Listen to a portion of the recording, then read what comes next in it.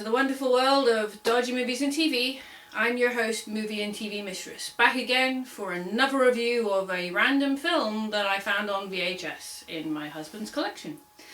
Now, the difference with this one is I'm hoping more people have seen this or heard of it at the very least.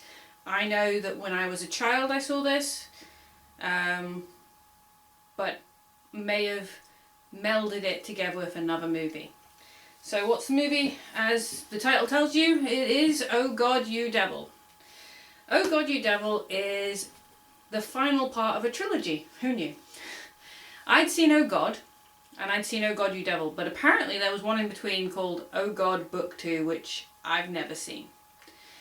But basically, Oh God deals with God asking John Denver to tell everyone that he's real and pass the message of the Lord on. And I think the second one's something similar.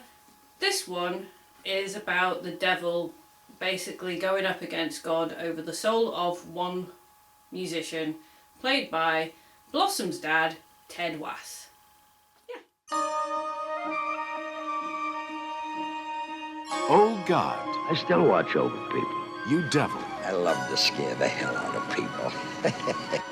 That old black magic has me in its spell. That old black magic that I weave so well. I'd sell my soul to the devil to make it in this business. Interesting. When a rock and roll singer sold his soul to become a star, This is fun! guess who answered his prayers? Who are you? Oh my God. Guess again. Oh God, you devil. I can make things happen. I'm running a big operation. It's fun, but I'm pooped. I hate it when he does that. It's me, Bobby, God. Oh, nuts. You look like the devil. He's always wanted to look like me. But I'm God. People think because I'm the devil, I'm insensitive. What happens when my contract is up? It's the little things I enjoy. You have to let me out of this deal. No. I want the kid back. You can have him back if you win. Oh God, you devil. That good, huh? Not bad. George Burns and George Burns in Oh God, You Devil. It'll be fabulous. The great George Burns, Oscar-winning George Burns, plays both God and the devil. And the way you know that he's the devil is that he dresses better than God, and he has red eyes, and he can light his cigar with his thumb. God, on the other hand, looks like a guy that you'd probably see on the end of a pier fishing. They make reference to the first movie with a joke about God squeezing melons in a farmer's market. That did happen. And I haven't seen this since I was a kid. Now, it does say on this box that it's a 15. I don't know why. There's not really much violence. There's not any sex or nudity. And very little swearing, so I'm not entirely sure why it got a 15. See, the 80s, when it comes to TV film ratings, I never quite understood why certain films got ratings that they did. So, like, Eric the Viking was a 12, and I don't know why. I mean, I guess it's a bit more violent. And Indiana Jones and the Temple of Doom or something had to get a higher rating because, okay, a heart's ripped out. But film ratings, I don't understand them. This film is very, very sweet. It is dark. It deals with suicide and getting what you want. And getting what you want is never really, in any of these movies about where the devil tempts somebody and goes, you know, the Faustus bargain, you know, tell me what you want and I'll do it and you'll have a contract. Now, I've been watching Supernatural for the past, you know, many years, and in that it was, you know, you make a deal with Crowley or the Crossroads demon and you get a 10-year contract. In this, it's a 7-year contract, so you don't get as long. In this, rather than him be famous as himself, he switches places with a guy whose contract was up and who turned to a flame, a la that. So it's kind of, in my mind, this film's more in the vein of the Michael Caine, Jim Belushi film Anyway, it's in the same vein as those movies where somebody switches places with somebody who's better off than them, and they get to experience that life and realise, you know what? They had the perfect life all along. So basically, Ted Wass wants to be famous. He plays music like he did in Blossom because, guess what? Ted Wass can really play piano, and that's what he's really good at. George Burns does a great job of playing both the God and the devil. But God's really not in this that much. He's in it at the start. Most of the movie's the devil and Ted Wass.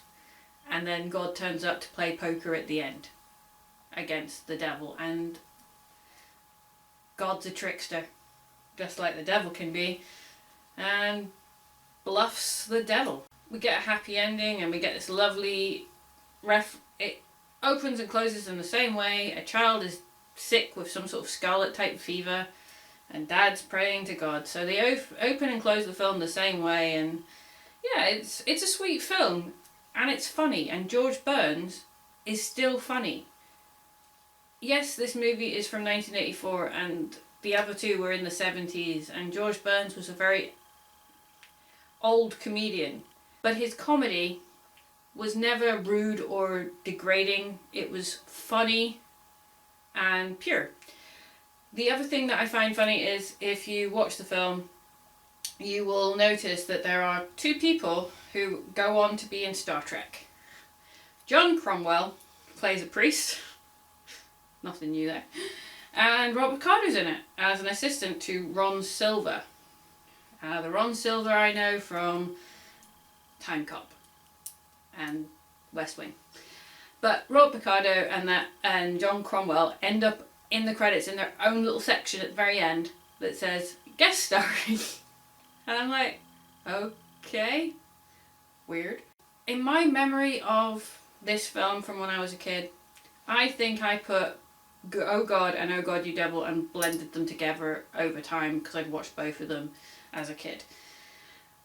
My memory is that after seeing this is that Oh God is the better one, but Oh God You Devil is still actually a lot of fun, and at least it's not bedazzled, and I'm not talking about the Dudley Moore Peter O'Toole one, but it's your typical story of a guy making a bet with the devil and then regretting the choice.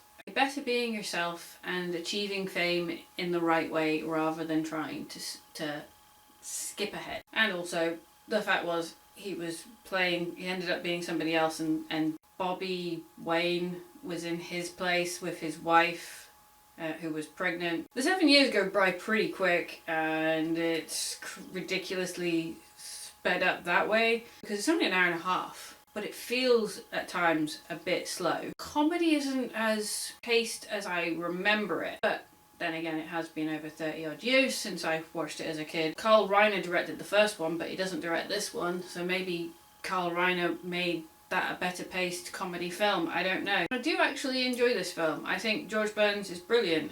Considering he got into his hundreds and he was still smoking those darn cigars and making those jokes. When you look back at his career and find out actually he was the straight man to Gracie, you don't realise that as a kid who watched Oh God You Devil and 18 Again. I also used to get George Burns confused with Burgess Meredith because they're both old, and yeah, they're both old. They probably went up for the same roles. Plus they were both nominated the same year in '76 for a Best Supporting Actor Oscar. For the best performance by an actor in a supporting role, the nominees are George Burns in The Sunshine Boys, Ragdoll and One Flew Over the Cuckoo's Nest, Burgess Meredith in The Day of the Locust,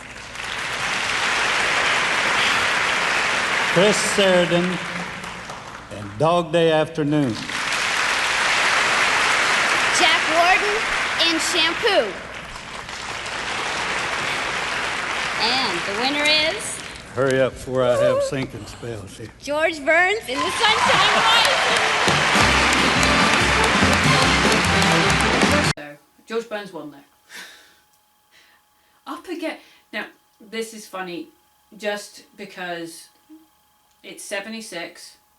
You've got Linda Blair announcing it. You've got George Burns, you've got Brad Dourif, you've got Burgess Meredith, you've got Chris Sarandon and Jack Warden. Exorcist reference, right?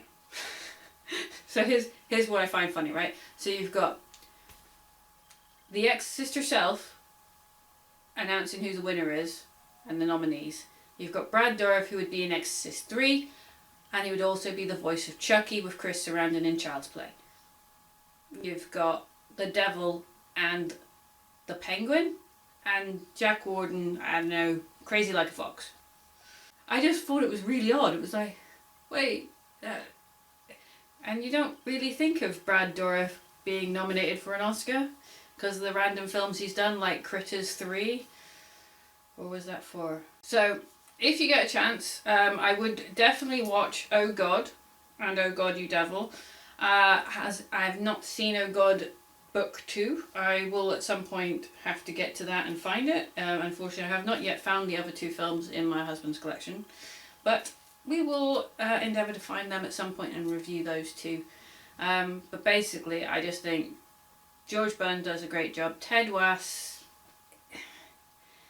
I think Ted Wass plays the same sort of character he always plays. A sweet guy who is very talented, but I don't know, he's not really hilarious.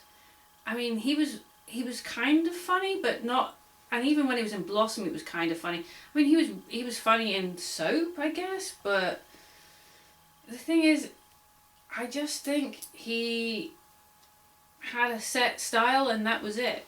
And it's just missing something to make it a perfect film in regards to Ted Wass's performance or his storyline. But the storyline does get pretty dark. I don't remember the suicide storyline, but there is a major suicide storyline that's very dark in this film. So next week I will have a look through the other films that I've found on DVD, either on eBay or from my husband's collection, and maybe I'll even find a Blu-ray or a DVD, who knows.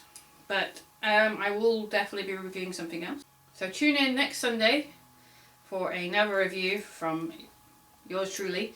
And thank you so much for everyone who's been watching my last 2 videos and for all the comments and the likes. I really appreciate that. And thank you for bearing with me while I get back on track of this. And I will try to make these a little bit shorter if I can. So thank you so much for watching. Remember to hit the subscribe button, which should be around here. And when you hit that subscribe button, there'll be a notification bell over here. Okay? If you hit that notification bell, it will notify you when I upload and keep you informed. So at least then you can watch a bit more of my videos. In the meantime, remember to comment and message me if you want, and all the links are in my description below, and I will see you all again next Sunday. Thanks for watching, and remember, there's a lot of dodgy films out there. Bye!